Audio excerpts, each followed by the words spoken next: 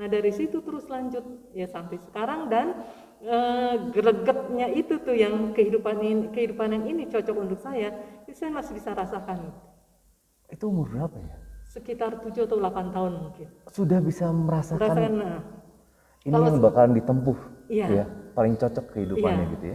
kalau saya pikir-pikir atau kita pikir-pikir, anak kecil 7 tahun, 8 tahun apa sih ngertinya kehidupan yang cocok gitu kan? Hai guys, terima kasih sudah mensupport dan nonton terus acara Bedante Show. Bagi kamu yang punya cerita unik dan menarik bagaimana kamu bisa bangkit dari kegagalan kamu, keberhasilan kamu, boleh kontak kita. Sama seperti mereka yang sudah cerita sama kita.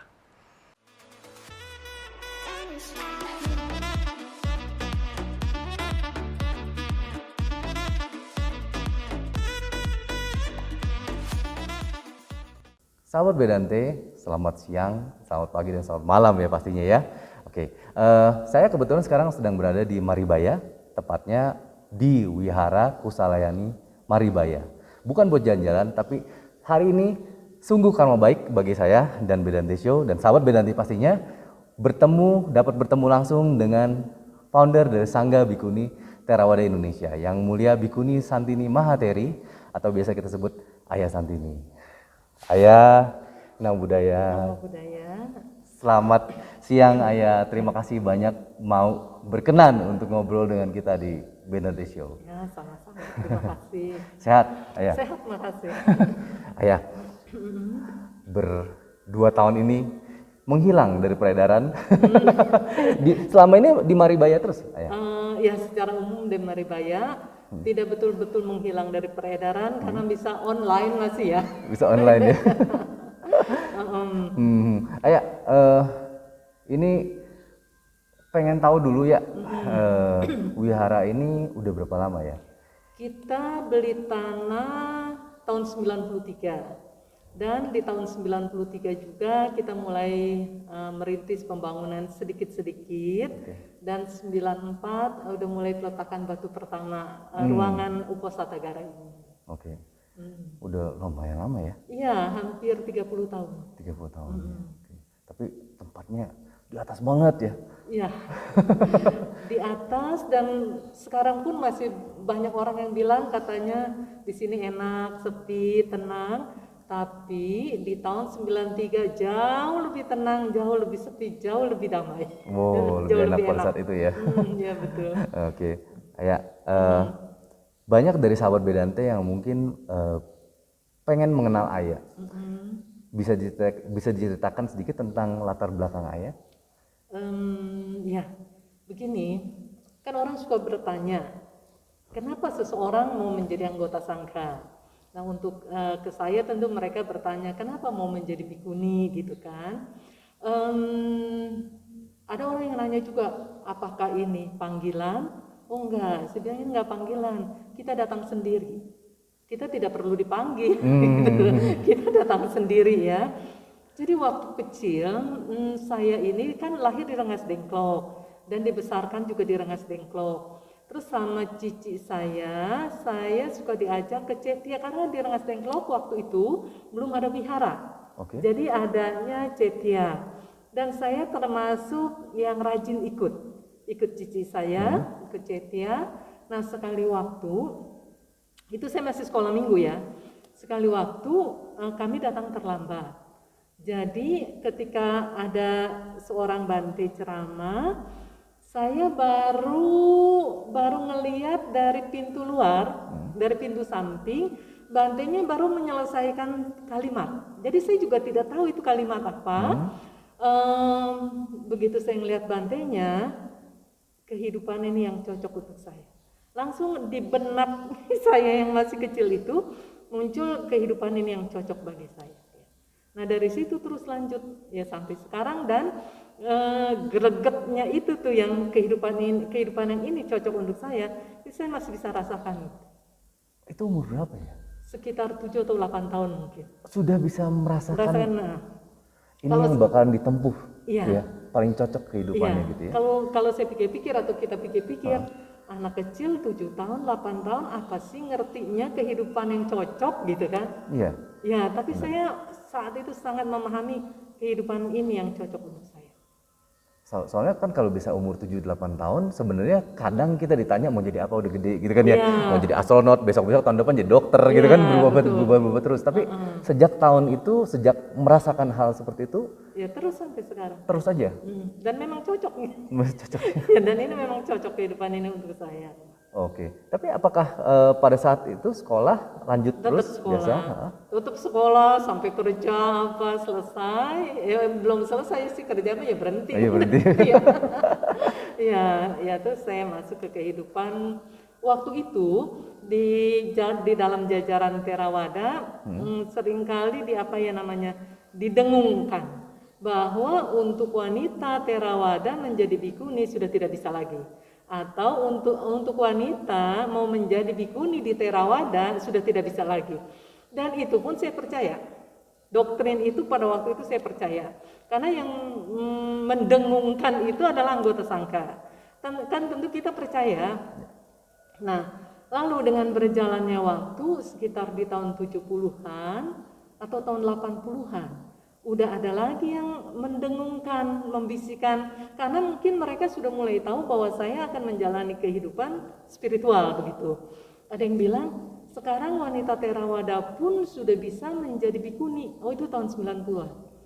Terus karena sudah terlalu kuat konsep di dalam benak saya bahwa perempuan tidak bisa jadi bikuni di Theravada. Terus karena saya cocok dengan di Theravada, jadi ya udah nggak ada bikuni nggak apa-apa, katanya adanya meci. Ya udah jadi meci, nggak masalah buat saya. Itu tahun 90-an. Terus dengan berjalannya waktu di tahun 90 sebentar ya, di tahun 99 atau 98, di tahun 98 itu saya diminta membimbing kelas meditasi untuk anak-anak sekolah. Lalu di sela-sela waktu senggang, gurunya ini pada memiliki kesibukan dan rasanya barangkali sungkan membiarkan saya sendiri.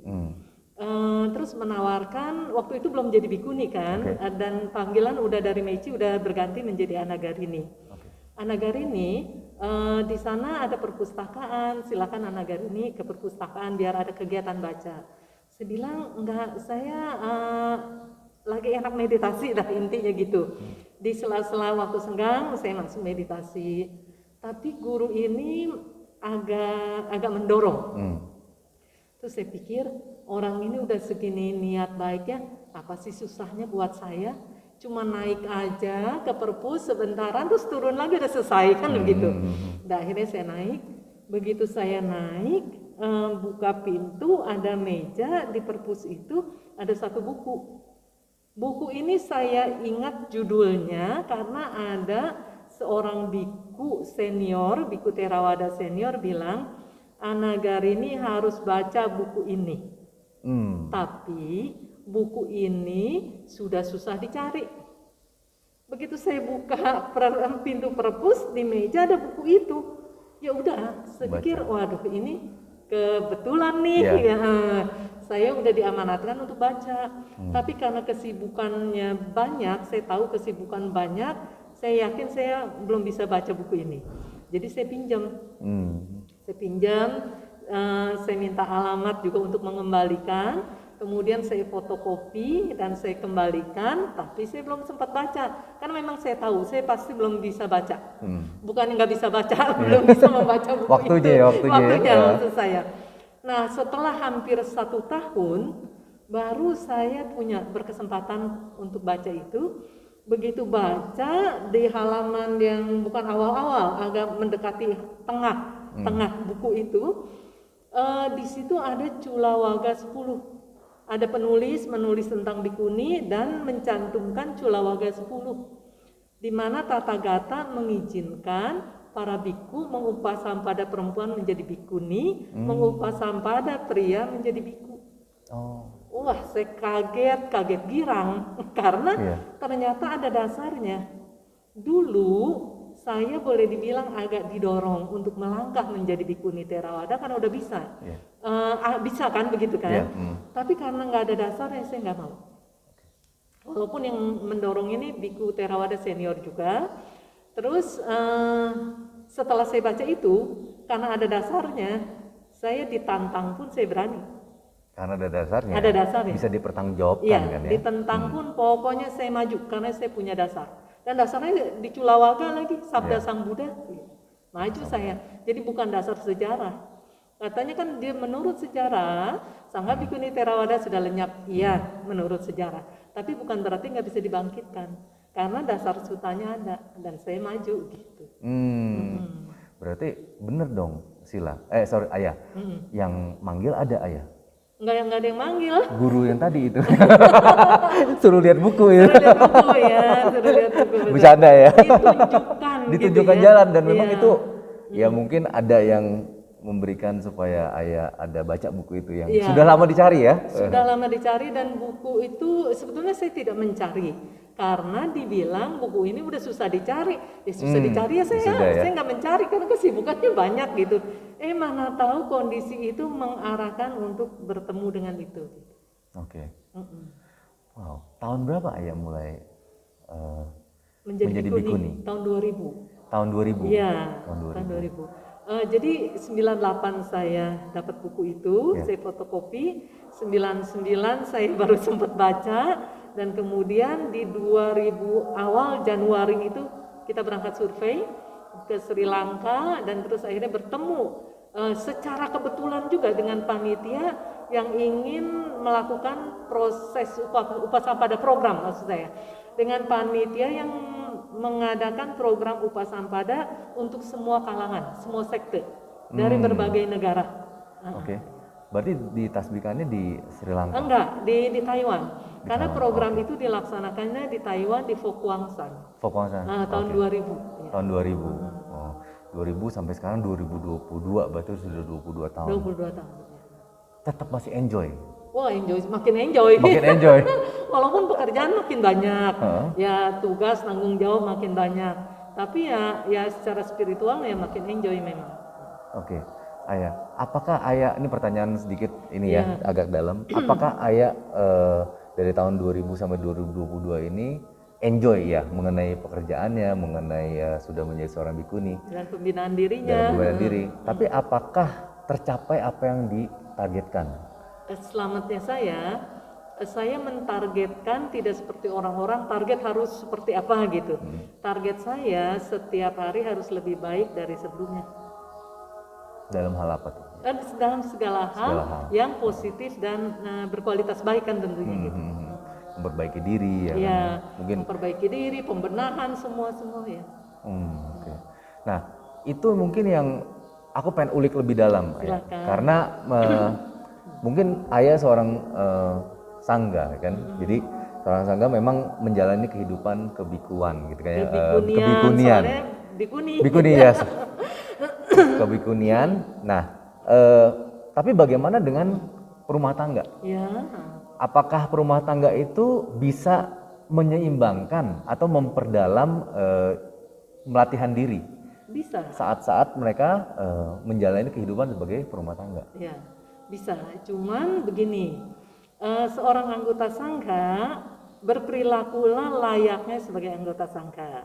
Jangan mengikuti cara hidup orang berumah tangga.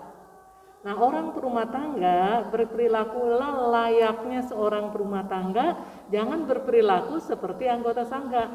Misalnya seperti jadi biku di rumah, seperti jadi bikuni di rumah gitu. Tapi masih ada urusan rumah tangga kan, suami istri gitu. Nah, kalau mau jadi biku ya jadilah biku, mau jadi bikuni jadilah bikuni. Oke. Berarti sebenarnya harus memilih. Harus memilih. Kalau memang menjalani benar-benar full 100% ke arah sana. Cuma kan terkadang kalau perumah tangga tuh ada beberapa orang yang mungkin yang saya juga ada beberapa yang denger lah kenal juga. Misalnya nih, mohon maaf gitu.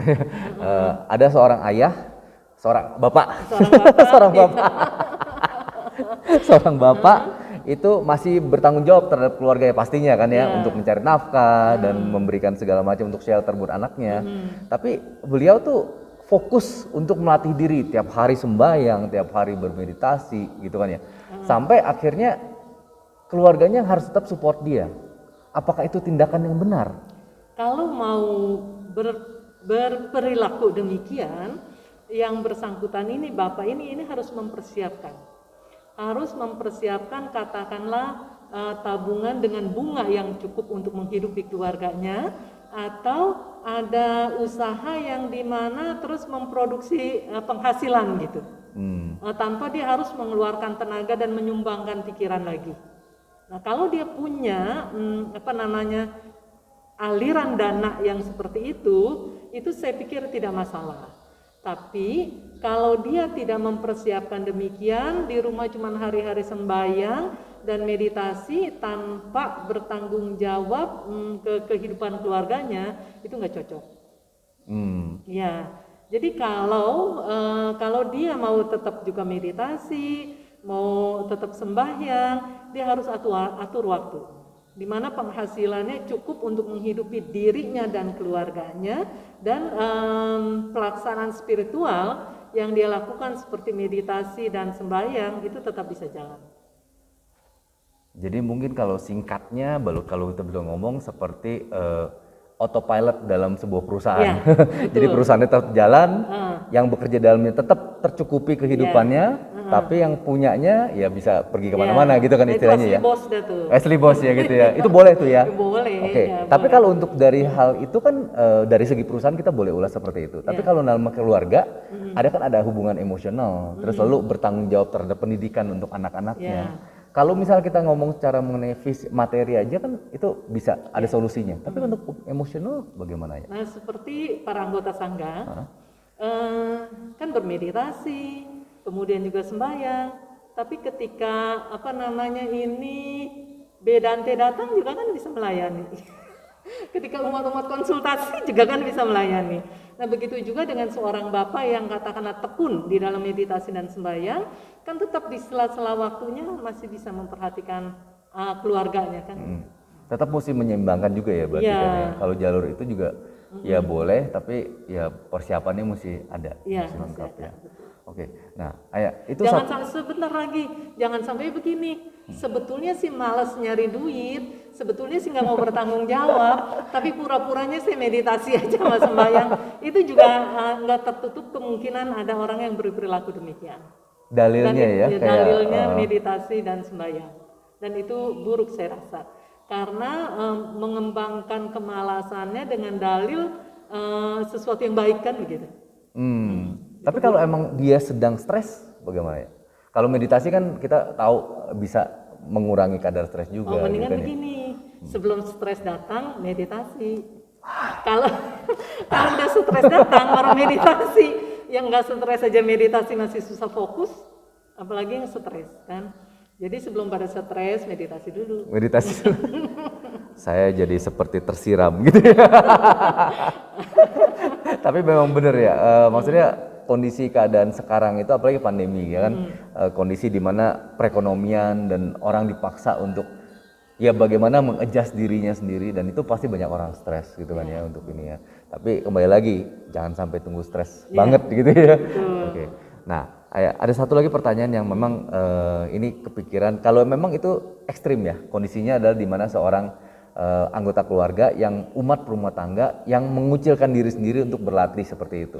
Tapi ada juga fenomena-fenomena yang saya mungkin perhatikan adalah di mana mereka itu mungkin ibu-ibu atau bapak-bapak itu aktif banget misalnya di rumah ibadah. Kan ini kebetulan sahabat Bedante kan banyak yang agama lain, jadi kita umum. Jadi di rumah ibadah dia sangat sibuk melayani orang, masak lah, bekerja sosial.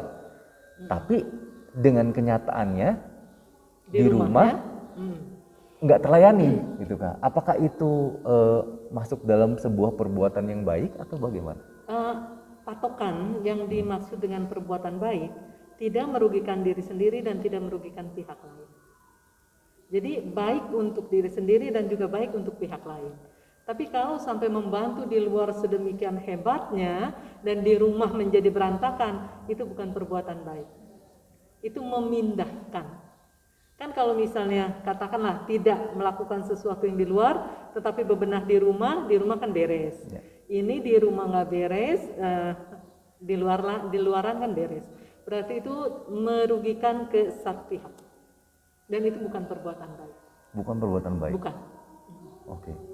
Tapi kebanyakan kan memang Ya mungkin kondisi-kondisi di mana kita bermindset bahwa kita dengan melayani orang, ya kita udah sangat-sangat berbuat baik, walaupun di rumah harusnya mengerti gitu, dianggapannya kan di rumah harus mengerti dong. Ini kan papa dan mama berusaha untuk berbuat supaya kita mau mendapatkan orang baik segala macam gitu kan ya.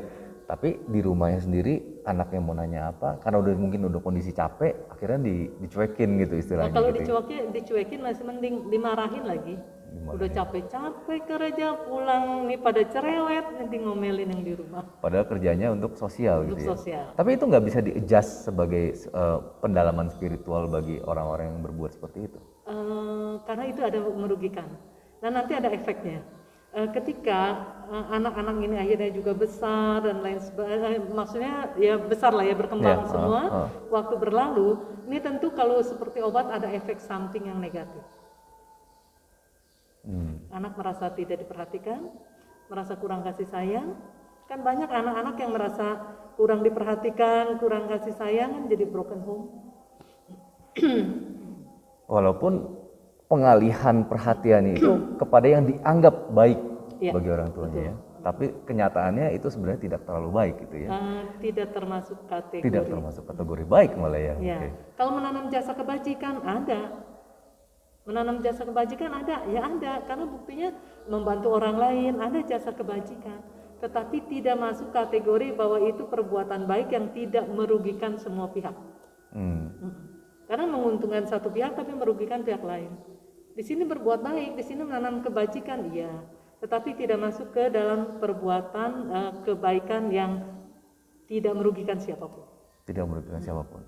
Terus salah satunya juga mungkin kalau kita lihat pada saat kegiatan sosial yang lagi rame banget gitu kan, masak untuk mungkin orang bencana alam atau kebutuhan yang lain gitu, pada saat masak akhirnya berantem sendiri gitu.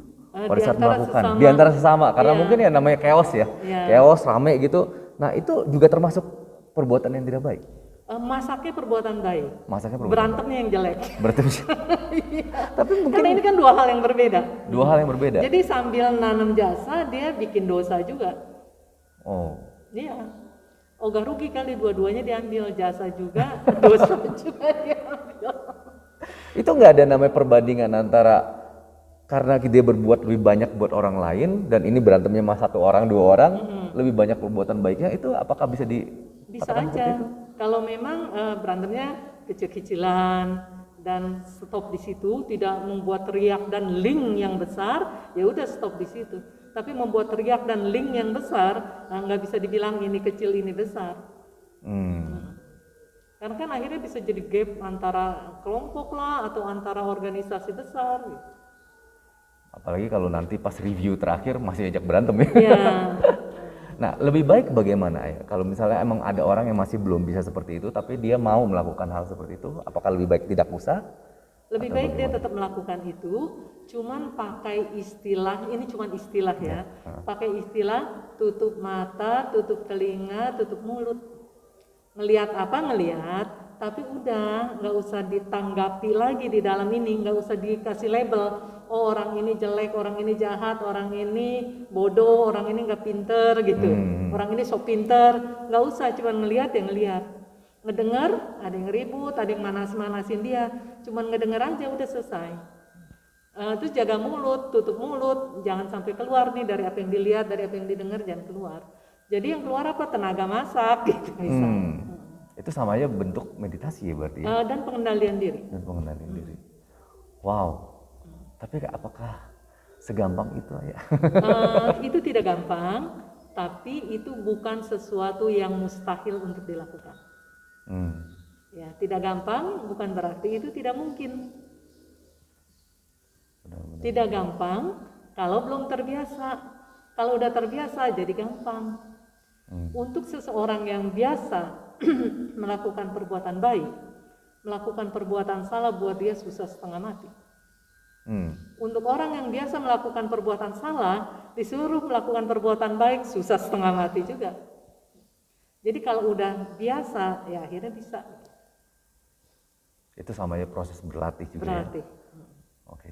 Nah, untuk yang terakhir nih, pertanyaan terakhir. Sesuai dengan tema kita bahwa kita mau memasukkan spiritual dan duniawi itu seimbang. Sebenarnya menurut Ayah bagaimana caranya supaya kita bisa menyeimbangkan itu? Kalau tadi kan dikatakan mungkin kan bisa terjadi. Nah, bagaimana caranya yang tepat untuk kita bisa menyeimbangkan itu? Ya, kita harus memahami begini. Yang namanya semua tuh ada istilahnya sebentar ya, peran. Ada pemeran utama dan ada pemeran pembantu. Kalau di film-film lah, ya, ada bintang utama dan ada bintang pembantu kan. Sekarang begini, yang dimaksud dengan bintang utama apa? Karena ada dua di dalam pancakanda ini, bisa dijadikan dua kelompok kan. Ada jasmani dan ada batin. Okay. Kalau jasmani, seberapa panjang pun umurnya kita pasti ditinggal. Ketika kita meninggal pasti ditinggalkan. Kita melanjutkan perjalanan ke kehidupan berikutnya. Dan berarti batin ini berkelanjutan terus.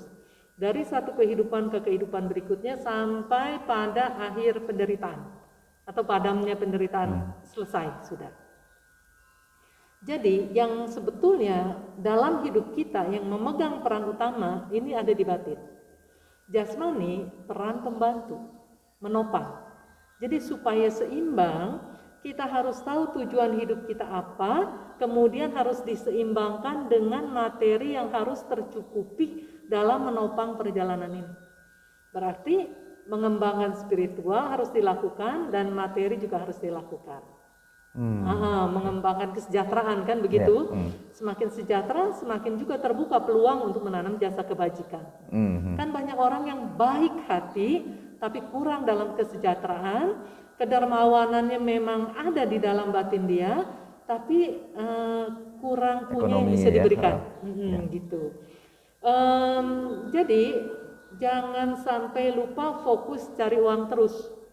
Kebanyakan yang menjadi tidak seimbang antara spiritual dan topangan materi, ini lebih fokusnya ke cari uang mati-matian, bahkan ada yang sampai mati beneran gak bawa apa-apa.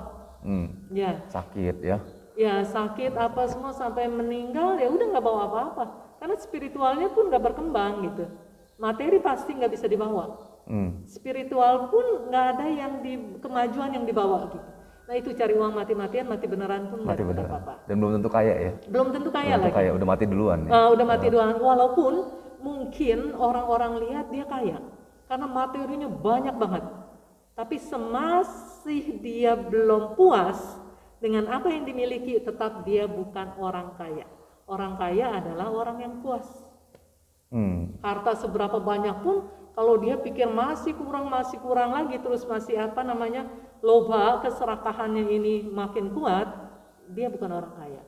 Orang kaya adalah orang yang puas, udah cari uang, sungguh-sungguh, serius, apa yang didapat segitu udah puas. Dan selebihnya nyari lagi dong, ya. Nah dapat ya udah ya puas, ini hasil usaha. Jadi supaya seimbang bagaimana? Ya supaya seimbang, jangan yang menjadi peran utamanya ini materi. Oke. Ya, jadi yang harus menjadi peran utamanya ini pengembangan spiritual ditopang dengan materi. Karena untuk spiritual ini maju pun harus punya diantaranya, selain pengendalian diri dan meditasi, harus punya kebajikan. Berarti kan harus ada yang ditanamkan, harus ada yang didermakan gitu. Juga untuk kehidupannya sendiri dan untuk membantu orang lain. Jadi harus berimbang. Kalau mau ya yaitu satu kunci, jangan lupa peran utamanya adalah kemajuan spiritual, pengembangan spiritual. Fokus utamanya itu dulu ya. Fokus utamanya itu, dan peran pembantu utama yaitu kesejahteraan. Masih tetap utama ya, bukan hanya pembantu tapi peran tetap utama. Pembantu utama. Peran pembantu utama ya. Karena ada peran pembantu sampingan-sampingan. Iya, olahraganya atau apanya. Oke. Berarti kalau misalnya aku yang kecil aja, yang aku pikiran aku nih kecil, pendeknya adalah kalau misalnya untuk mencapai keseimbangan adalah pertama harus tahu cara berhenti. Berhenti mengejar materinya gitu istilahnya. Lalu kedua tahu cara berbagi. Benar nggak ya? Bisa juga ya kayak gitu ya. Oke, tapi yang pasti nomor satu adalah juga harus tahu cara memakai materinya, cara menyimpannya gitu kan. bukan cuman di mana harus berhenti dan di mana harus maju gitu. Oke. Nah, mengenai berhenti dan maju ini anggap aja seperti kita mau menyeberang jalan. Kan kalau menyeberang jalan kan ada tuh kendaraan dari dua arah. Nah, di mana kita harus maju, kita maju. Udah waktunya berhenti, kita berhenti dulu. Ntar udah bisa kita maju, ya maju lagi. Jadi nggak bisa tabrak terus gitu. Maju terus misalnya, ya kita bisa ketabrak kan gitu. Ketabrak dengan berbagai macam permasalahan. Wow. Terima kasih Ayah sudah mau berbagi dengan kita. Mungkin Ayah ada sampaikan sedikit untuk sahabat Bedanti. Ya, yang tadi kan disampaikan sudah. Jadi intinya harus bisa mengendalikan keserakahan gitu. Antara keinginan dan kebutuhan itu kan berbeda. Kalau yang namanya kebutuhan ada istilah cukup. Oh, ini udah cukup nih, kebutuhan saya sudah terpenuhi, cukup. Kalau yang namanya keinginan, hati-hati, itu bisa seperti orang minum air laut. Makin diminum makin haus sampai akhirnya mati gitu kan. Jadi harus bisa mengendalikan diri, jaga diri baik-baik, karena ketika keserakahan ini berperan, kalau pikiran tidak terkendali, nah itu akan menuju kepada kerugian bagi si pelaku, ya. Jadi kurangi keserakahan, kebencian dan kebodohan di dalam hati. Terima kasih, salam sehat dan bahagia.